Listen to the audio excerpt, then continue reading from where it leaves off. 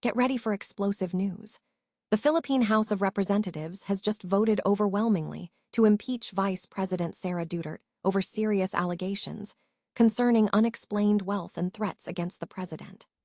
This massive vote, with 257 to 25, signals a major escalation in the rift between the top political figures in the country, and we dive deep into what this impeachment means for the future of Philippine politics. Never get caught with a dead phone again. This INIU portable charger is compact, travel-friendly, and gives you fast 45-watt charging with a built-in USB-C cable, so there's no need to carry extra cords. With 10,000 mAh power, it's perfect for busy days, trips, emergencies, or anytime your battery drops too low. Grab yours on Amazon through the link in the comments before your phone hits 1%. Switching gears completely, we move to the world of tennis. Jack Draper is facing a monumental challenge at the 2026 Wimbledon Championships with massive odds set against him. We break down the analysis on this rising star, looking at his past performances and the intense competition he will face as he aims for a major title. Now turning to local politics in England, the final results from the Birmingham City Council elections are in, and the breakdown of how Labour, the Tories, and Reform fared compared to previous years is staggering. We analyze the net seat losses and gains, and look at the surprising regional variations between London and the rest of the country. And finally, we shift to the turf where the action is heating up. Aidan O'Brien is preparing to make a massive move with his colt Albert Einstein in the Sandy Lane Stakes, aiming to flick the switch and turn him into a top contender. We explore the trainer's strategy and the high stakes involved in this crucial race. Stay with us for more breaking news. The Philippine House of Representatives has voted overwhelmingly to impeach Vice President Sara Duterte on Monday, citing allegations of unexplained wealth and threats against the president. The vote resulted in 257 to 25, with 9 abstentions, signaling a significant escalation in the rift between the top 2 officials in the country. The 2 impeachment complaints against Ms. Duterte will now be elevated to the Senate for a trial, marking an initial setback for her ambitions to seek the presidency in 2028. Meanwhile, political turbulence continued in the Senate. Senate President Vicente Sotto III was ousted by 13 of 24 senators, including supporters of the vice president and former President Rodrigo Duterte. Sotto stated that he and his allies would insist that proceedings against the vice president be immediately taken up upon submission. A tense situation unfolded when Senator Roland de la Rosa, an ally of former President Duterte facing trial at the International Criminal Court in The Hague for crimes against humanity related to anti-drug crackdowns, suddenly appeared in the Senate after a prolonged absence. National Bureau of Investigation officers attempted to apprehend him, but were unsuccessful as he entered the plenary hall seeking protection. Rodrigo Duterte was arrested last year and is detained in the Netherlands on charges of crimes against humanity concerning deadly anti-drug operations ordered during his term. De la Rosa, who served as the national police chief under Duterte, is also being summoned by Philippine police for investigation into his role in the Duterte-era killings. The International Criminal Court unsealed an arrest warrant for de la Rosa on Monday for the crime against humanity of murder of at least 32 persons allegedly committed between 2016 and 2018. Vice President Duterte has denied any wrongdoing, and her legal team is prepared to defend her in the Senate trial, asserting that the prosecution must bear the burden of proof.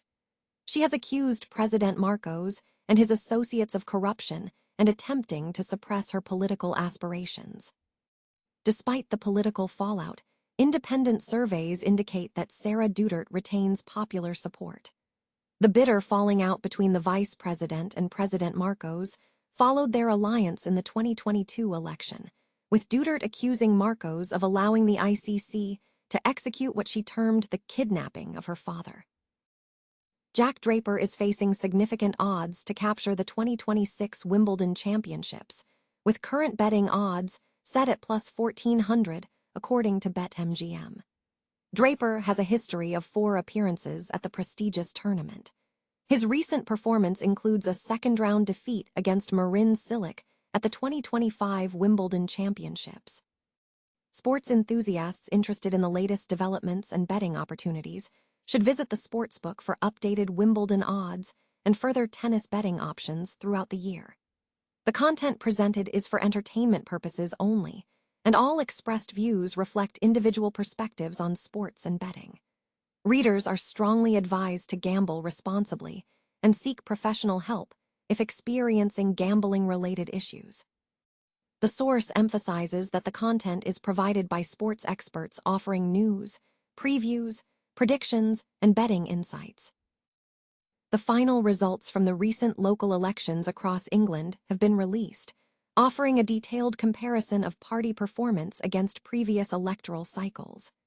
Analysis by the Press Association highlights shifts in seat gains and losses, tempered by the complexity of varying seat numbers across different local authorities. Labour experienced a significant net loss of 1,229 seats from its pre-election total, marking a steeper decline compared to the 198-seat loss recorded in the previous year. While the total number of seats contested this year was lower than in 2025, the overall figures reveal a challenging year for the party. The Conservative Party also recorded a net loss of 433 seats, fewer than the 635 lost in the prior year.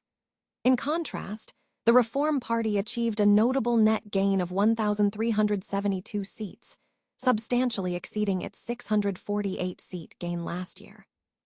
When examining seat retention, percentages offer a clearer picture.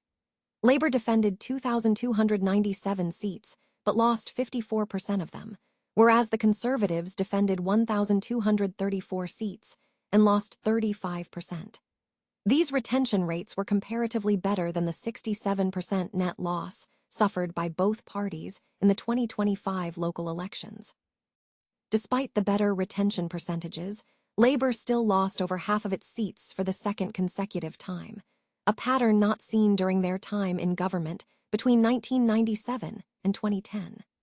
The Conservatives' worst performance while in government occurred in 2024, where they lost 44% of defended seats.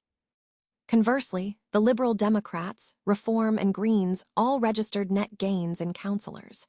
Reform fielded a large number of candidates, with 30% securing victory, though this success rate was lower than the previous year.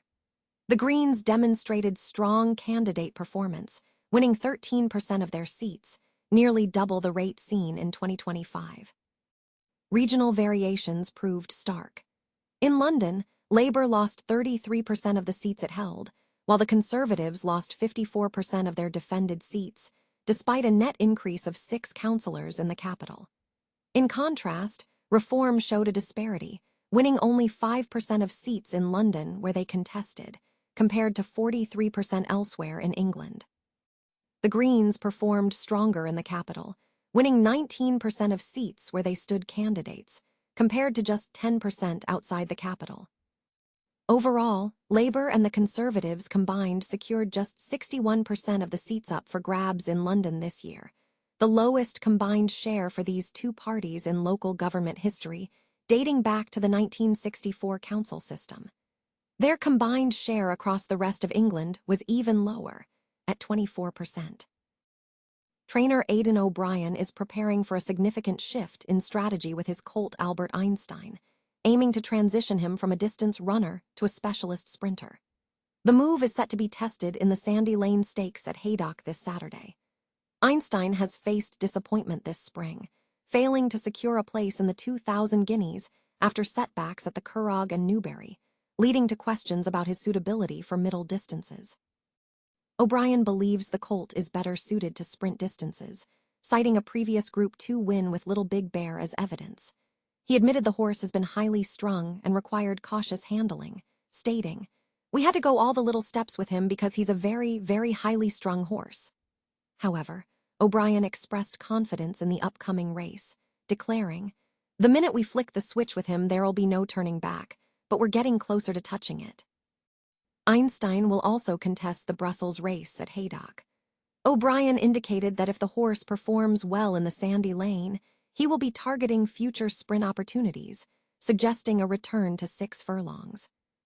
The focus on sprint prowess also brings Albert Einstein into potential contention for the Commonwealth Cup at Royal Ascot, where he could face stablemate Charles Darwin. Darwin, who returned strongly from a recent win at Navan, is set to compete in the Lacan Stakes at Nas. Comparing the two horses, O'Brien noted that while Charles Darwin is a good horse, the comparison offers insight into their respective development. O'Brien reflected on the previous season, stating that while Albert Einstein was superior to his peers, they were ultimately a decent group, unlike Darwin, who suffered an injury after his second run. The current strategy is a pivot from attempting to stretch Einstein over a mile to trusting his natural speed, a shift O'Brien is now poised to execute.